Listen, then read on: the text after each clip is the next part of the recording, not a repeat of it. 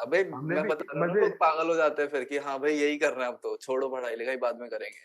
अब ये उनकी अंडरस्टैंडिंग है अरे तो मतलब। पागल है क्या, बर्बाद क्यों करने हैं बच्चे।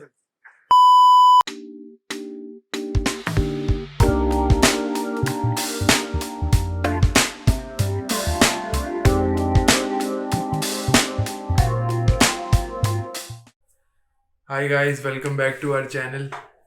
तो आई होप सब फिट होगे, और नहीं हो तो हो जाओ, क्योंकि हेल्थ है तो ही वेल्थ है। तो आज की वीडियो में हम जिससे बात करने वाले हैं उनके बारे में थोड़ी मज़ेदार बातें हैं, वो बता देता हूँ। तो एक तो उनकी कॉलेज में 5 CGPA थी। ऐसा होने के बावजूद उन्होंने ली प्लेसमेंट डी शॉ में, और रिसेंटली उन्होंने स्विच करा है एडोबी में। And he is a competitive programmer. Code forces की बात करूँ तो वो कैंडिडेट मास्टर हैं, और कोड शेफ की बात करूँ तो 5 स्टार हैं, और ही इज़ ऑल्सो यूट्यूबर। तो अगर किसी को कोड फोर्सेस में किसी भी प्रॉब्लम का एडिटोरियल चाहिए हो 6 से 8 मिनट की रेंज में, सब समझ में आ जाए, तो उनका चैनल बेस्ट है। तो उधर भी सब्सक्राइब करो, इधर भी सब्सक्राइब करो, और हम चलते हैं फिर बात करते हैं उनसे। So let's talk to him. ये नमन। हाय मेहर। तो यार जैसे इंट्रोडक्शन धांसू था, तो बहुत लोगों को इंटरेस्ट होगा थोड़ा और कॉलेज लाइफ के बारे में जानने के लिए, तो थोड़ा सा इलेबोरेट कर दो आप।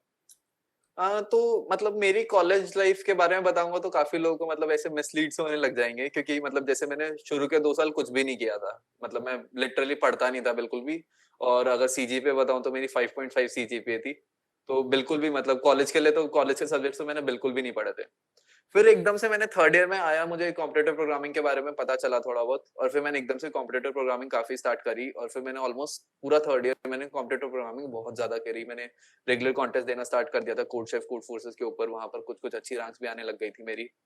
तो मेजर मेरा यही था बस।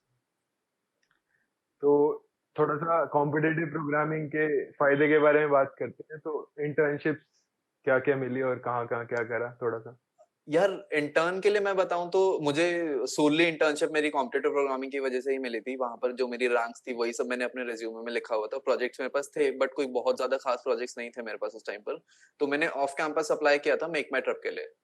तो वहां पर मैंने 6 मंथ इंटर्नशिप करी थी 7th सेमेस्टर के अंदर। तो बेसिकली मैं अपना कॉलेज भी साथ में कर रहा था और साथ में इंटर्न भी चल रही थी।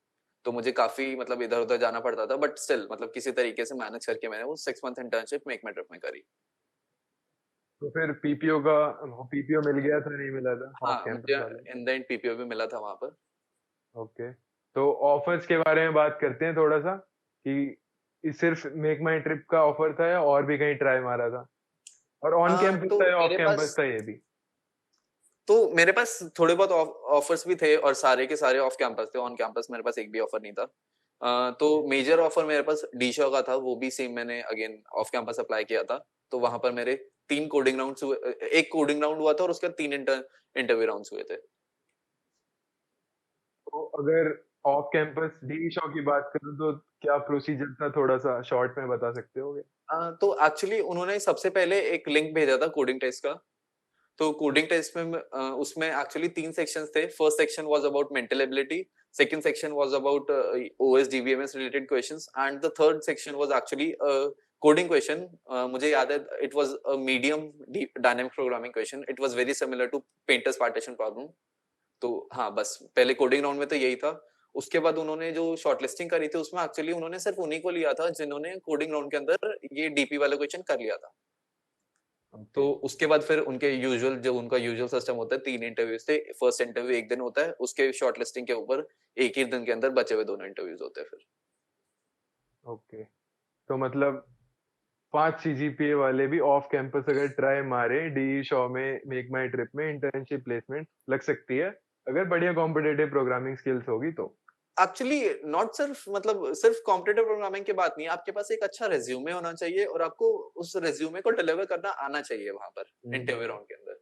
क्योंकि मेरे पास एक अच्छा रेज्यूमे था, इसलिए मैंने रेज्यूमे शॉर्टलिस्टिंग वाले राउंड सारे क्लियर हो जाते थे मेरे। उसके बाद सारा आपके हम्म। ऊपर है कि आप इंटरव्यू के अंदर आप क्या बोल रहे हो। तो आपको साथ में थोड़ा सा वो भी प्रैक्टिस करना पड़ता है कि इंटरव्यू के अंदर आपको कैसे बोलना है, क्या क्या मतलब कोई क्वेश्चन आपको आता है, बट वो काफी डिफरेंट डिपेंड करता है अगर आपने किस तरीके से उसे अप्रोच बताई है और कैसे आपने डिलीवर किया उसे पूरे इंटरव्यू के अंदर। ऐसे नहीं कि सीधा तुमने आंसर बता दिया। तो वो आपको देखना हाँ। पड़ता है कि आप किस तरीके से अपनी अप्रोच को वहां पर बिल्ड करोगे, और उससे काफी इम्पैक्ट पड़ता है। तो हम आपका जो एक फॉर्मेट है रिज्यूमे का वो शेयर कर देंगे बाकियों के साथ, थोड़ा सा आइडिया मिल जाए सबको कि कैसे एक्चुअली डिलीवर करना है। हाँ, रिज्यूमे के लिए तो मतलब मैंने तो अपना डीडी रिज्यूमे, काफ़ी फ़ेमस रिज्यूमे का फ़ॉर्मेट है ये, मैंने वही यूज़ किया हुआ है और वो एक्चुअली काफ़ी लोग यूज़ कर रहे हैं और मुझे काफ़ी अच्छा लगता है वो, तो वो यूज़ कर सकते हैं। तो थोड़ा यार कॉम्पिटिटिव प्रोग्रामिंग की जर्नी में घुसते हैं कि कैसे स्टार्ट, मतलब कितना कहाँ कहाँ से क्या प्रैक्टिस करा और कैंडिडेट मास्टर तक कैसे पहुंचे। ओके। तो एक्चुअली मैंने स्टार्ट किया था कॉम्पिटिटिव प्रोग्रामिंग आईसीपीसी के लिए कि एसीएम में जाना था, बट फॉर समहाउ मतलब नहीं अच्छा हुआ मेरा वो एसीएम आईसीपीसी। बट उस हम्म। टाइम मैंने जो टीम बनाई थी तो मेरा एक रूटीन बन गया था कॉम्पिटिटिव प्रोग्रामिंग बनने का। ठीक है, तो उस टाइम मतलब पूरा दिन मेरा यही था कि पूरा दिन बस मैं बैठ के क्लासेस में बैठकर भी वही कोड फोर्सेस के क्वेश्चंस मैंने लिखे होते थे और वो मैं कर रहा होता था। साथ में मैंने फिर लॉन्ग चैलेंजेस देने स्टार्ट कर दिए, तो लॉन्ग चैलेंजेस एक्चुअली स्टार्टिंग में काफी अच्छे रहते हैं। उससे आपके कॉन्सेप्ट मतलब मैंने बाइनरी सर्च भी वहीं से मुझे पता चला था, डीपी भी मुझे वहीं से पता चली थी कि हाँ ऐसे-ऐसे टॉपिक्स है और तुम्हें इनके लिए पढ़ना पड़ता है। फिर साथ में मैंने शॉर्ट कंटेंट्स देने स्टार्ट कर दिए कोड फोर्सेस के ऊपर, तो उससे धीरे-धीरे फिर स्पीड आने लग गई। तो अगर मैं एक वैसे क्वेश्चन पूछूं कि मतलब कॉम्पिटिटिव प्रोग्रामिंग स्टार्ट करी थी गेम के साथ की आईसीपीसी के लिए, लेकिन वैसे मजा आता था उसमें करने में अलग से कि मतलब अगर कोई एम भी ना हो तो भी मजे आ रहे करने में, ऐसा कुछ। एक्चुअली जिन लोगों को मैथ्स अच्छा लगता है ना, उन्हें अपना कॉम्पिटिटिव प्रोग्रामिंग काफी अच्छी लगने लग जाती है, या जिनको हम्म। मेंटल एबिलिटी के क्वेश्चंस करने में काफी इंटरेस्ट आता है, तो मुझे ये सब चीजें काफी अच्छी लगती थी। तो इसलिए जब मैंने स्टार्ट किया था कॉम्पिटिटिव प्रोग्रामिंग, तो मेरा जो ग्रोथ था वो स्टार्टिंग में थोड़ा अच्छा रहा था कि मतलब मेरे को स्टार्टिंग में क्योंकि इंटरेस्ट भी बहुत ज्यादा आने लग गया था, तो ऐसे पढ़ाई वाली फील नहीं आती थी उसमें, यही लगता था कि हाँ भाई ये तो अच्छा है, मुझे मजा आ रहा है करने में, इसलिए कर रहा हूँ। हम्म। ठीक है, तो फिर कॉम्पिटिटिव प्रोग्रामिंग में हम कोड फोर्सेस में कैंडिडेट मास्टर तक पहुंच गए है ना। तो जैसे मैं प्लेसमेंट्स की बात करूं, मतलब ऑफर्स की, तो डी ऑफ ऑफ कैंपस था, तो हम्म, उसके लिए सीवी बहुत तगड़ा होना चाहिए, मतलब उसमें प्रोजेक्ट्स ये सब। तो अगर मैं बात करूं प्रोजेक्ट्स और सीपी की, सीपी में तो डाला होगा बहुत कुछ, तो हम्म। प्रोजेक्ट्स में क्या क्या डाला था और डाला भी था या नहीं डाला था, उसके भी नहीं हो गया। तो ऑब्वियसली आपको प्रोजेक्ट्स चाहिए होते हैं, ठीक है, तो एक हम्म। काफी मतलब डिबेट चलती है इस चीज के ऊपर कि प्रोजेक्ट ज्यादा इंपॉर्टेंट है या सीपी ज्यादा इंपॉर्टेंट है। उसके लिए मैं तो ये बोलूंगा, अगर आपको सीपी अच्छी लगती है और आप एक्चुअली सीपी में अच्छे हो, तो आप अपने हम्म। प्रोजेक्ट्स ऐसे बनाओ जो कि सीपी रिलेटेड हो। तो जैसे कि मैं अपने प्रोजेक्ट्स के बारे में बात करूं, तो मेरे प्रोजेक्ट्स थे टिक टैक टो, डिक्शनरी और चेस। ये तीनों एक्चुअली काफी ज्यादा सीपी रिलेटेड हो गए। मतलब इसमें इतना कोई मतलब इसमें डेटा स्ट्रक्चर्स ग्यारह थे, ठीक है, इसमें कोई हम्म। ऐसे कोई मतलब डेव वाली चीजें नहीं थी कि इसका कोई फ्रंट एंड भी है, बैक एंड भी है, ये सब कुछ मैंने हाँ टर्मिनल के हाँ। ऊपर यूआई बनाया था इनका। तो ये काफी मतलब इन ऑल एक आपको लैंग्वेज आनी चाहिए, बस उसके अंदर आपको कोड करना आना चाहिए और आप फिर प्रोजेक्ट बना सकते हो नॉर्मल नॉर्मल एल्गोरिथम्स यूज करके। तो मतलब प्रोजेक्ट्स को भी सीपी के अराउंड रख के काम राइट। चल गया अपना। हम्म, बढ़िया।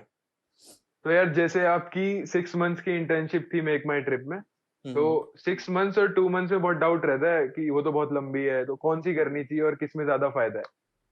यार एक्चुअली इसमें मैं बताऊं तो ऑब्वियसली 6 मंथ वाली काफी बेटर रहती है, क्योंकि अगर तुम 2 महीने के इंटर्न स्टार्ट करते हो ना, तो तुम्हारा क्या होता है, तुम्हें बस उनका आर्किटेक्चर पूरा कोड बेस समझ आना शुरू हुआ होता है और उससे पहले तुम्हारी इंटर्न खत्म हो जाती है। और फिर हम्म। तुम्हें अगर पीबीओ मिलता है तो तुम 1 साल बाद वापस आते हो वहां पर, या नहीं मिलता तो मतलब दी एंड हो जाता है वहां पर। बट अगर 6 मंथ इंटर्न होती है ना, तो तुम्हें 2-3 महीने में सब कुछ उनका समझ आने लग जाता है। और फिर जो आखिरी के 3 महीने तुम काम करते हो ना, वो एक्चुअल काम करते हो तुम वहां पर, वहां तुम्हारी ट्रेनिंग नहीं चल रही होती और वो एक लेजिट तुम एज अ फुल टाइम वाला काम कर रहे होते हो।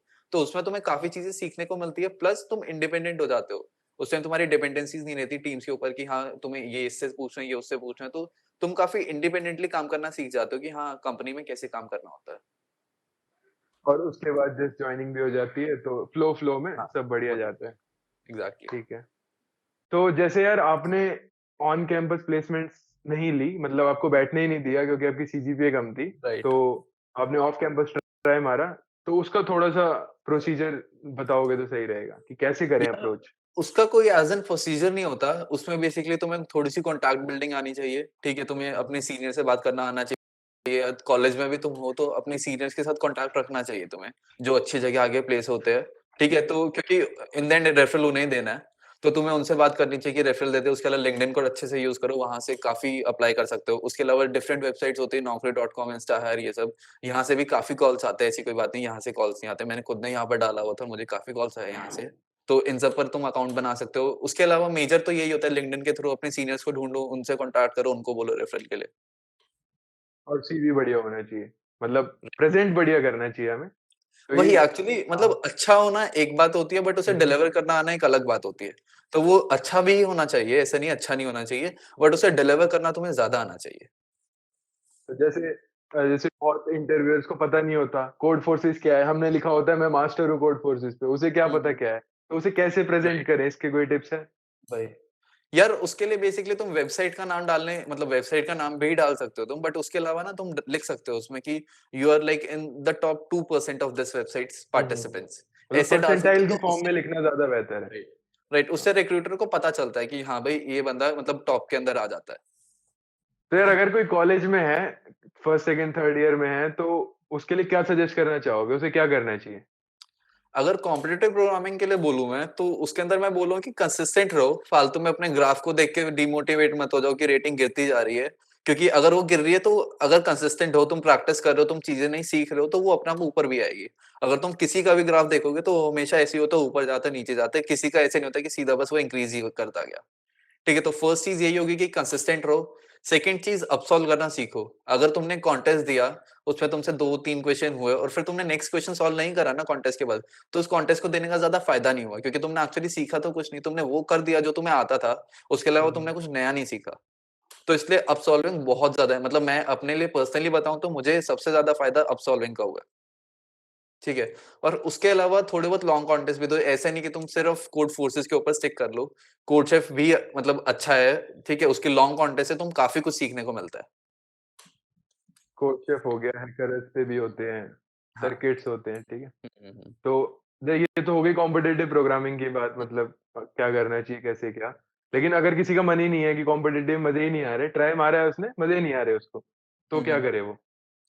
यार तो उसके लिए वही है कि दोनों चीज़ें ट्राई करो, सीपी भी ट्राई करो, डेव भी ट्राई करो। तुम देखो कि तुम्हें कौन-सा ज़्यादा अच्छा लग रहा है और तुम किसमें ज़्यादा अच्छा परफ़ॉर्म कर रहे हो। ठीक है, ऐसा नहीं कि किसी ने बोल दिया कि कॉम्पिटिटिव प्रोग्रामिंग अच्छी है, तो तुमने बस शुरू करी कॉम्पिटिटिव प्रोग्रामिंग और बस वही कर रहे हो, तुम्हें मज़ा नहीं आ रहा, फिर भी तुम वही कर रहे हो।